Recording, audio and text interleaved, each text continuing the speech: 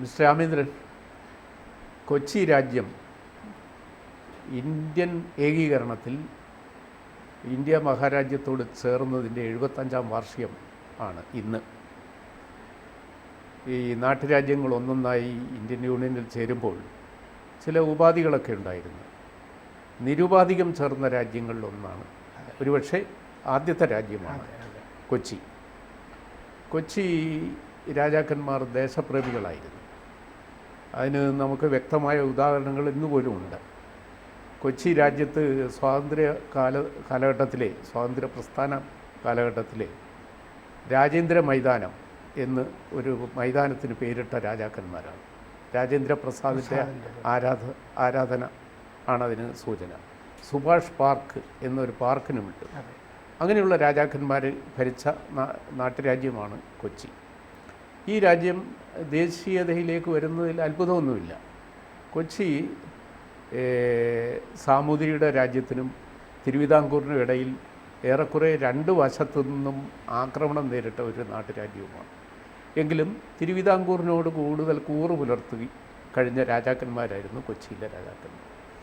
കൊച്ചി പ്രായണ ശാന്തവും സുന്ദരവുമായൊരു പ്രദേശമാണ്. ഈ രാജ്യം ഇന്ത്യൻ യൂണിയനിൽ ചേർന്നപ്പോൾ അത് ഇന്ത്യയെ സംബന്ധിച്ചിടത്തോളം ഒരു തുറമുഖ പട്ടണം ഉൾപ്പെട്ട രാജ്യം, ചരിത്രപ്രസിദ്ധമായ ഒരു ചെറു രാജ്യം ചേർന്നതിൽ ദേശപ്രേമികളെല്ലാം ആഹ്ലാദിച്ചിട്ടുണ്ട്. ഈ 75-ാം വാർഷികത്തിൽ നമ്മൾ ഇരുന്ന് ഇത് കാര്യം ചർച്ച ചെയ്യുമ്പോൾ എന്തൊക്കെയാണ് അങ്ങേക്ക് പറയാനുള്ളത്? 1949 മെയ് 29-നാണ് കൊച്ചി ഇന്ത്യയിൽ ചേരുന്നതായിട്ടുള്ള പ്രഖ്യാപനം രാജാവ് നടത്തുന്നത്. അത് നടത്തിയ ശേഷം പിന്നെ അദ്ദേഹം രാജാവല്ലല്ലോ. പക്ഷേ ഈ ആദ്യം ഇന്ത്യയിൽ ചേരുമെന്ന് പ്രഖ്യാപിച്ച നാട്ടുരാജ്യം കൂടിയാണ് കൊച്ചി. അത് 1946-ൽ തന്നെ ഇന്ത്യ സ്വതന്ത്രമാകുമ്പോൾ അതിൽ കൊച്ചി ചേർന്നിരിക്കും എന്നുള്ള പ്രഖ്യാപനം തൃശ്ശൂരിൽ വെച്ചിട്ട് ഐക്യ കേരള കൺവെൻഷനിൽ വെച്ചിട്ട് രാജാവ് നടത്തി. അങ്ങനൊരു കൺവെൻഷനിൽ രാജാവ് പങ്കെടുത്തത് തന്നെ സത്യത്തിൽ അത്ഭുതമാണ്. കാരണം ആ ഐക്യ കേരള കൺവെൻഷനിലെ അധ്യക്ഷനായിരുന്നത് രാജാവല്ല, കെ കേളപ്പനാണ്.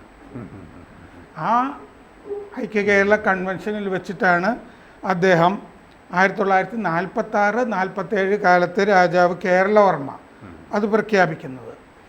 അങ്ങനെ അദ്ദേഹം ചെയ്തതുകൊണ്ട് അദ്ദേഹത്തിനെ ഐക്യ കേരള തമ്പുരാൻ എന്നാണ് പിന്നീട് വിളിക്കുന്നത്.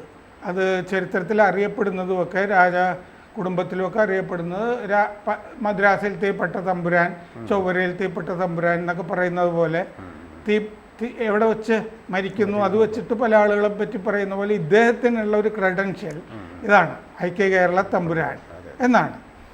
അന്ന് സത്യത്തിൽ ഇവിടെ 560 നാട്ടുരാജ്യങ്ങൾ ഇന്ത്യയിലുണ്ടായിരുന്നു. ആ 560 നാട്ടുരാജ്യങ്ങളിൽ ആദ്യമായിട്ട് ഈ ചുവട് വെച്ചത്, പ്രഖ്യാപനം നടത്തിയത് കൊച്ചിയാണ്. പക്ഷേ അവസാനം ചേർന്നത് കൊച്ചിയാണ്. അതാണ് 1949. പ്രഖ്യാപനം 1946-ൽ നടത്തി. കാരണം കൊച്ചിയുടെ കാര്യത്തിൽ സംശയമൊന്നുമില്ലല്ലോ, ചേർക്കാനായിട്ട് ബലപ്രയോഗമൊന്നും വേണ്ട. അവസാനം വന്ന് BP മേനോൻ പറഞ്ഞു കഴിഞ്ഞാൽ ഒപ്പിടാനൊക്കെ തയ്യാറായിട്ട് പേനയൊക്കെ ആയിട്ടിരിക്കുകയാണ്. ഈ ഭാഗം ട്രാൻസ്ഫർ ഓഫ് പവർ എന്ന പുസ്തകത്തിൽ BP മേനോൻ പറയുന്നുണ്ട്. ഒരു 4 വാചകം BP മേനോൻ എഴുതിയിട്ടുള്ളത് ഇങ്ങനെയാണ്: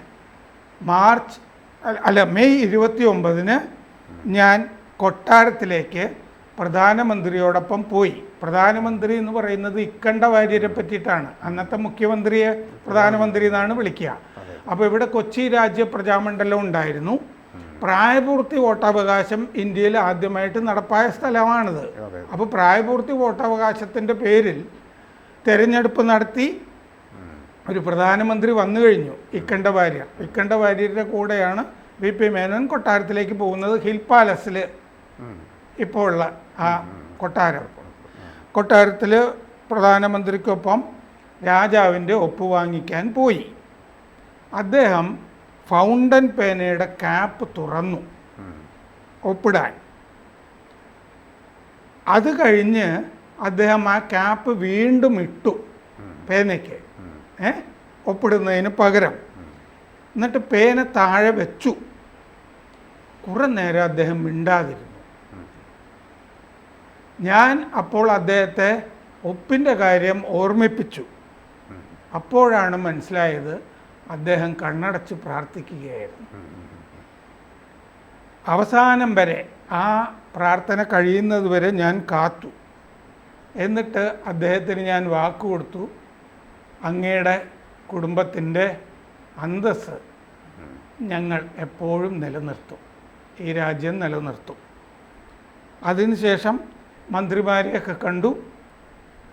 എന്നിട്ട് മന്ത്രിമാരോട് ഈ രാജാവ് പറഞ്ഞു എന്ന് വി.പി. മേനോൻ എഴുതിയിട്ടുണ്ട്, ഇനി എൻ്റെ കുടുംബം നോക്കേണ്ട ബാധ്യത നിങ്ങളുടേതാണ്, ഞങ്ങൾക്കിനി രാജ്യമൊന്നുമില്ല, അത് നിങ്ങളിൽ നിന്ന് ഞാൻ പ്രതീക്ഷിക്കുന്നു എന്ന് രാജാവ് പറഞ്ഞു എന്ന് വി.പി. മേനോൻ ട്രാൻസ്ഫർ ഓഫ് പവറിൽ എഴുതിയിട്ടുണ്ട്.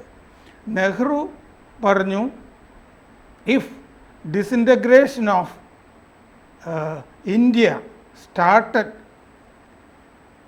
in the north, the integration started from the south എന്ന് പറഞ്ഞു.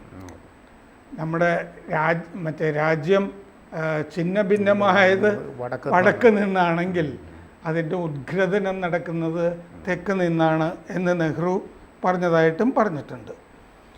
പക്ഷേ ഇതിനു മുമ്പ് അദ്ദേഹം ഈ 4 ദിവസം മുമ്പ് മെയ് 25-ാം തീയതി ഈ ഇക്കണ്ട വാര്യർക്കൊപ്പം തിരുവനന്തപുരത്തേക്ക് പോയി രാജാവ്. തിരുവനന്തപുരത്ത് ചെന്നിട്ട് വി.പി. മേനോൻ പട്ടേൽ, സർദാർ പട്ടേൽ നിർദ്ദേശിച്ചനുസരിച്ചിട്ട് വി.പി. മേനോൻ അവിടെ വിമാനം ഇറങ്ങി വന്നിരുന്നു. രാജാവും ഒക്കെ സ്വീകരിച്ചു.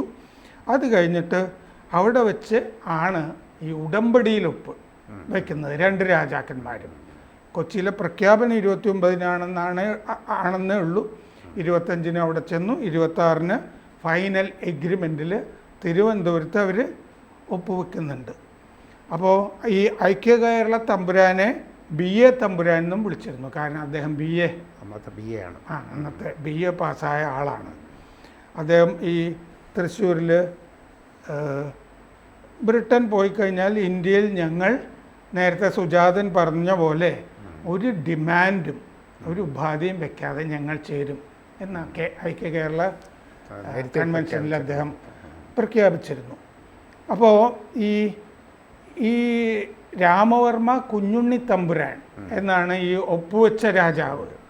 ഈ ഐക്യ കേരള തമ്പുരാൻ ആ പ്രഖ്യാപനം നടത്തി 1 കൊല്ലത്തിനകം മരിച്ചുപോയി. എന്നിട്ട് 1947 ഈ രാമവർമ്മ കുഞ്ഞുണ്ണി തമ്പുരാൻ, ഐക്യ കേരള തമ്പുരാൻ്റെ പേര് കേരളവർമ്മ, ഈ രാമവർമ്മ കുഞ്ഞുണ്ണി തമ്പുരാൻ പിന്നീട് രാജാവാകുന്നു. അദ്ദേഹത്തിന് 1 കൊല്ലമേ രാജാവായി നിൽക്കാൻ പറ്റിയുള്ളൂ. പക്ഷേ ഈ രാമവർമ്മ കുഞ്ഞുണ്ണി തമ്പുരാനാണ് പരീക്ഷത്ത് തമ്പുരാൻ എന്നും അറിയപ്പെടുന്നത്. ഇവിടെ ജൂതന്മാരുടെ സിനഗോഗിലൊക്കെ പോവുകയും അതൊക്കെ ഒരു അസാധാരണ നടപടിയായിരുന്നല്ലോ, സിനഗോഗിലൊക്കെ പോവുക എന്നുള്ളതൊക്കെ. അദ്ദേഹത്തിന് 73 വയസ്സായിരുന്നു അന്ന്. ഈ പരീക്ഷത്ത് തമ്പുരാന് അദ്ദേഹത്തിന് പരീക്ഷിത്ത് എന്ന് പേര് വരാനുള്ള കാര്യം ജനന സമയത്തുണ്ടായ ചില പ്രയാസങ്ങൾ കാരണമാണ്. കാരണം എന്താണെന്ന് വെച്ചാൽ അദ്ദേഹം ഓട്ടൂർ രാമൻ നമ്പൂതിരിപ്പാടിൻ്റെയും മങ്കു തമ്പുരാൻ്റെയും മകനായിരുന്നു. ഓട്ടൂർ രാമൻ നമ്പൂതിരിപ്പാട് അദ്ദേഹം വിവാഹം ചെയ്തത് പാറക്കുട്ടി നേത്തിയാരമ്മയുടെ മകൾ അമ്മുക്കുട്ടിയാണ്. പാറക്കുട്ടി നേത്തിയാരമ്മ മദ്രാസിലത്തെ പട്ടത്തമ്പുരാൻ്റെ ഭാര്യയായിരുന്നു. പാറക്കുട്ടി നേത്തിയാരമ്മ മറ്റേ തൃശ്ശൂരിലെ വലിയ കുടുംബത്തിലൊക്കെ പെട്ട അവരാണ്. ഈ പാറക്കുട്ടി നേത്തിയാരമ്മ നേരത്തെ ഈ ദേശീയ ബോധത്തിൻ്റെ കാര്യം പറഞ്ഞില്ലേ, ഈ കുറൂർ നീലകണ്ഠൻ നമ്പൂതിരിപ്പാടുമൊക്കെ ആയിട്ടുള്ള സ്വാധീനത്തിൽ ഈ കൊട്ടാരത്തിൽ ഈ ചർക്ക നൂറ്റിരുന്ന ആളാണ് ഈ പാറക്കുട്ടി നേത്തിയാരമ്മ. അവരെപ്പറ്റി പല കഥകളും ഈ ബ്രിട്ടീഷ് രേഖകളിലൊക്കെ കാണാം, ഈ ഖജനാവ് ചോർത്തിയതിൻ്റെയൊക്കെ. പക്ഷേ ഇങ്ങനെ ഒരു വശം കൂടി അവർക്കുണ്ട്, ഈ ദേശീയ ബോധത്തിൻ്റെയൊക്കെ. അപ്പോൾ ഈ രാജാവ് ഈ മറ്റേ മങ്കുത്തമ്പുരാൻ്റെ പ്രസവ സമയത്ത് വലിയ ബുദ്ധിമുട്ടുണ്ടായിട്ട് അന്ന് ഇവിടെ ജനറൽ ആശുപത്രിയൊക്കെ വന്നിട്ടേ ഉള്ളൂ. ഗുന്തർ എന്ന് പറഞ്ഞ ജർമ്മൻകാരനാണ് ഡോക്ടർ. ഗുന്തറിനെയൊക്കെ വിളിച്ചു വരുത്തി. അദ്ദേഹം നോക്കിയിട്ടൊന്നും ശരിയാകുന്നില്ല. മറ്റേ തൈക്കാട്ട് മൂസോ മറ്റോ ഒക്കെ അവിടെ വന്ന് ഇരിപ്പുണ്ടായിരുന്നു. അദ്ദേഹത്തിന് ചെയ്യാവുന്നതൊക്കെ ചെയ്തു. അപ്പോൾ തൃപ്പൂണിത്തുറയിൽ ഈ നമ്പിഷ്ടാതിരി എന്ന് പറയും, അതായത് രാജകുടുംബത്തിലെ ഈ വൈപ്പ്, ഈ ദേഹണ്ഡ പരിപാടികളൊക്കെ ഉണ്ടല്ലോ, അടുക്കള, അതൊക്കെ ചെയ്യുന്ന ഈ തിരുമുൽപ്പാട് കുടുംബത്തിൽപ്പെട്ട ആളുകളാണ് ഈ നമ്പിഷ്ടാതിരിമാർ. ഒരു നമ്പിഷ്ടാതിരി പറമ്പിലേക്ക് ഇറങ്ങിയിട്ട് കുറേ പച്ചമരുന്നൊക്കെ കൊണ്ടുവന്നിട്ട് അത് ജ്യൂസ് അടിച്ചിട്ട് ഈ മങ്കുത്തമ്പുരാനെ കൊണ്ട് കഴിപ്പിച്ചപ്പോൾ പ്രസവം നന്നായി നടന്നു.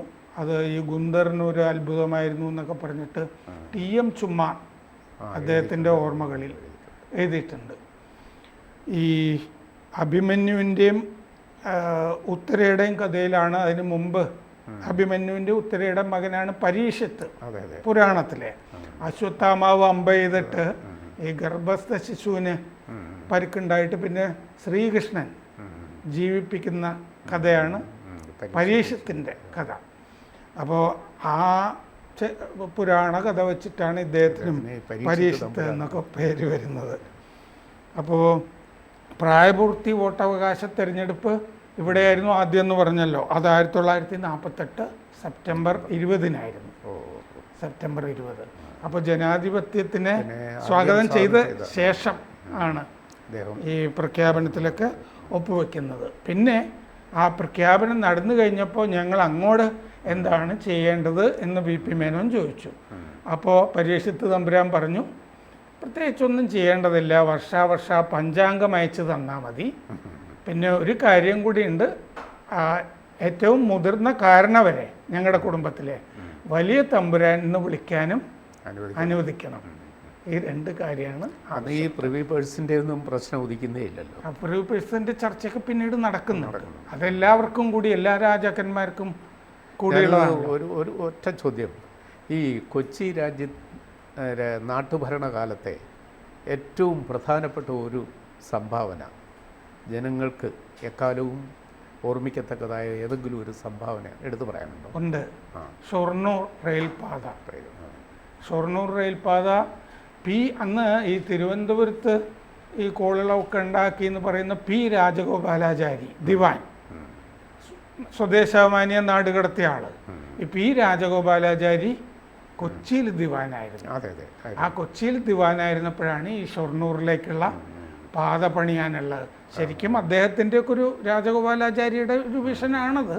അതിനാണ് ഈ പൂർണ്ണത്രേശ്യ ക്ഷേത്രത്തിലെ നെറ്റിപ്പട്ടങ്ങളെല്ലാം എടുത്ത് വെച്ചതായിട്ട് പറയുന്നത്.